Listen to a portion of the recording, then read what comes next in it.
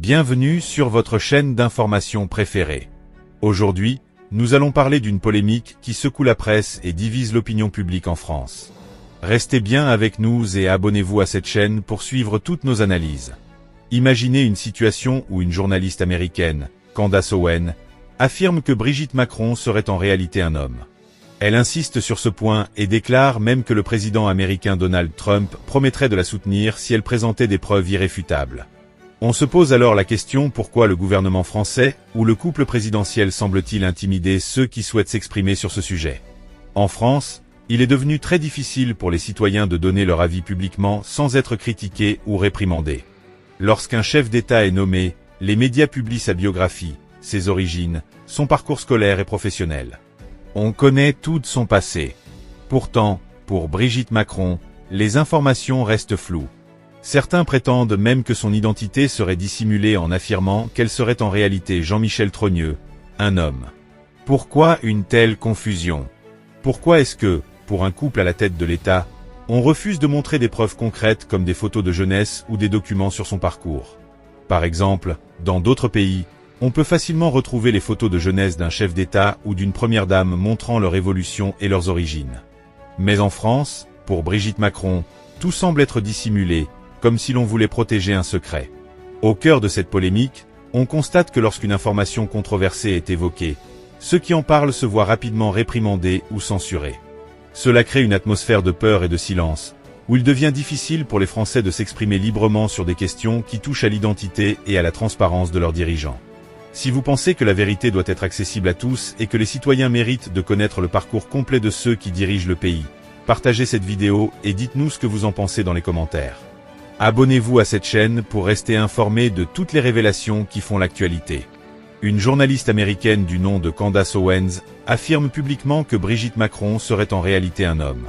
Elle déclare au public que Brigitte Macron, la première dame de France, serait en fait Jean-Michel Trogneux, né le 11 février 1944.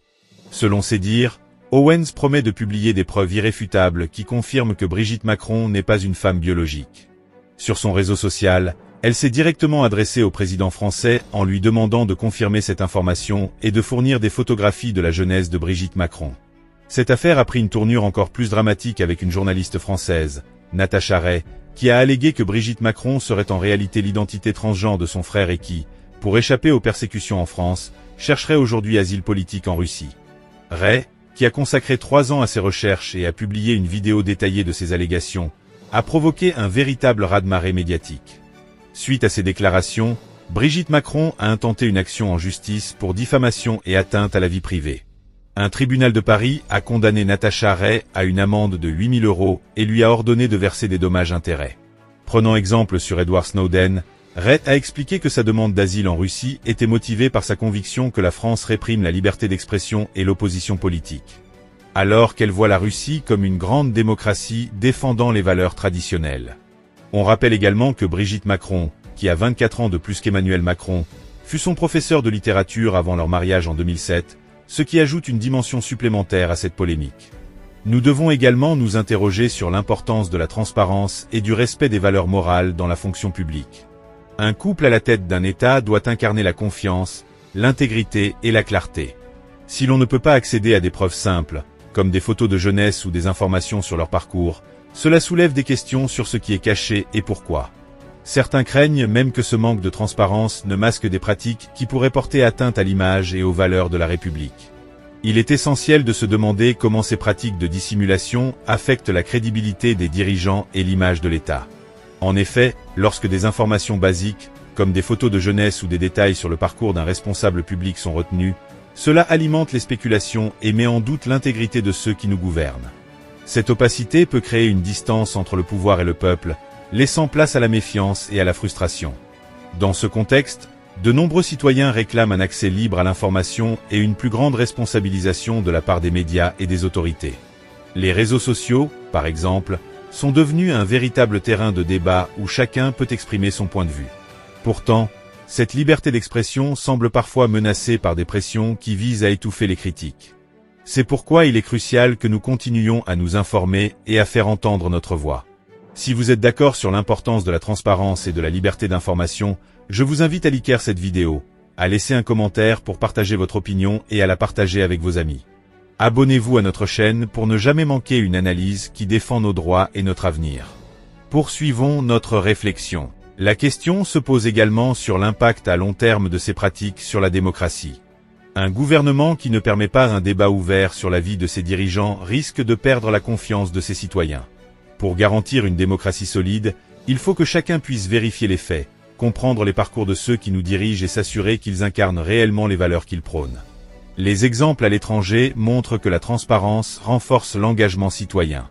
Par exemple, dans d'autres démocraties, les biographies complètes et vérifiables des chefs d'État contribuent à instaurer un climat de confiance. Ici, en France, l'absence de ces informations alimente le mystère et suscite des interrogations. Ce manque de clarté n'est pas sans conséquences. Il peut mener à une désaffection progressive des citoyens qui finissent par se sentir trahis par ceux qui sont censés les représenter. Face à ce constat, il est urgent de rappeler aux responsables des médias et aux autorités qu'ils ont un devoir de transparence. Ils doivent offrir aux citoyens tous les éléments pour comprendre l'histoire et le parcours de leurs dirigeants. Ce n'est qu'ainsi que l'on pourra reconstruire une relation de confiance essentielle à la santé de notre démocratie. Si vous partagez cette vision et pensez que la vérité doit primer sur le secret, n'hésitez pas à nous le faire savoir en commentaire. Partagez cette vidéo pour que le message de transparence et de justice soit entendu par le plus grand nombre. Alors, que faut-il retenir ? Il est essentiel que les médias et les autorités permettent aux citoyens de connaître la vérité, sans censure ni répression. La transparence est la clé d'une démocratie saine. En laissant libre cours au débat, nous pouvons tous mieux comprendre qui sont vraiment nos dirigeants et comment ils ont façonné leur parcours. Si ce sujet vous tient à cœur, n'oubliez pas de liker cette vidéo et de la partager pour que le débat s'élargisse. Abonnez-vous à notre chaîne pour suivre nos prochaines analyses et ne rien manquer des sujets qui comptent vraiment. En conclusion, la polémique autour de l'identité de Brigitte Macron et la manière dont elle est traitée par les médias et le gouvernement français est un appel à la transparence et au respect des valeurs démocratiques.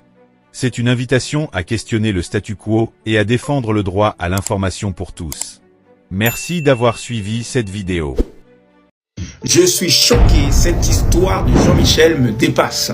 À gauche, nous avons notre cher Manu, Emmanuel Macron. À droite, nous avons Jean-Jacques Trogneux. Qui est Jean-Jacques Trogneux? Il est tout simplement le fils de Jean-Michel Trogneux, qui serait en réalité Brigitte Macron, selon Candace Owens. Installe-toi, abonne-toi, je t'explique tout. On regarde maintenant la ressemblance entre Manu et Jean-Jacques Trogneux.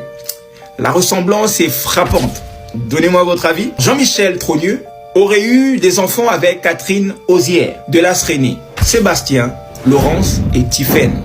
Mais aussi avec une autre femme, Véronique Dreux, Danse René, Valérie Trogneux et Jean-Jacques Trogneux. Regardez vous-même, vous pouvez voir la ressemblance avec Manu. Coïncidence? Je ne pense pas. Tout s'explique, c'est une dinguerie. Et ce n'est pas tout. Il aurait aussi eu un enfant avec Françoise Néguès. Et cet enfant ne serait autre que notre cher président Emmanuel Macron. Ce qui nous ramène à cette fameuse théorie, Jean-Michel Trogneux est tout simplement son père. Brigitte est le père de Emmanuel Macron, selon Candace Owens. Manu est le fils de Brigitte. Bizarre tout ça. Cette affaire intrigue, questionne, dérange. Que cache-t-elle vraiment? Dans l'une de mes précédentes vidéos sur Candace Owens, je vous avais révélé que David de Rothschild était le parrain de Manu et qu'il y avait un lien fort entre Brigitte Macron et David de Rothschild.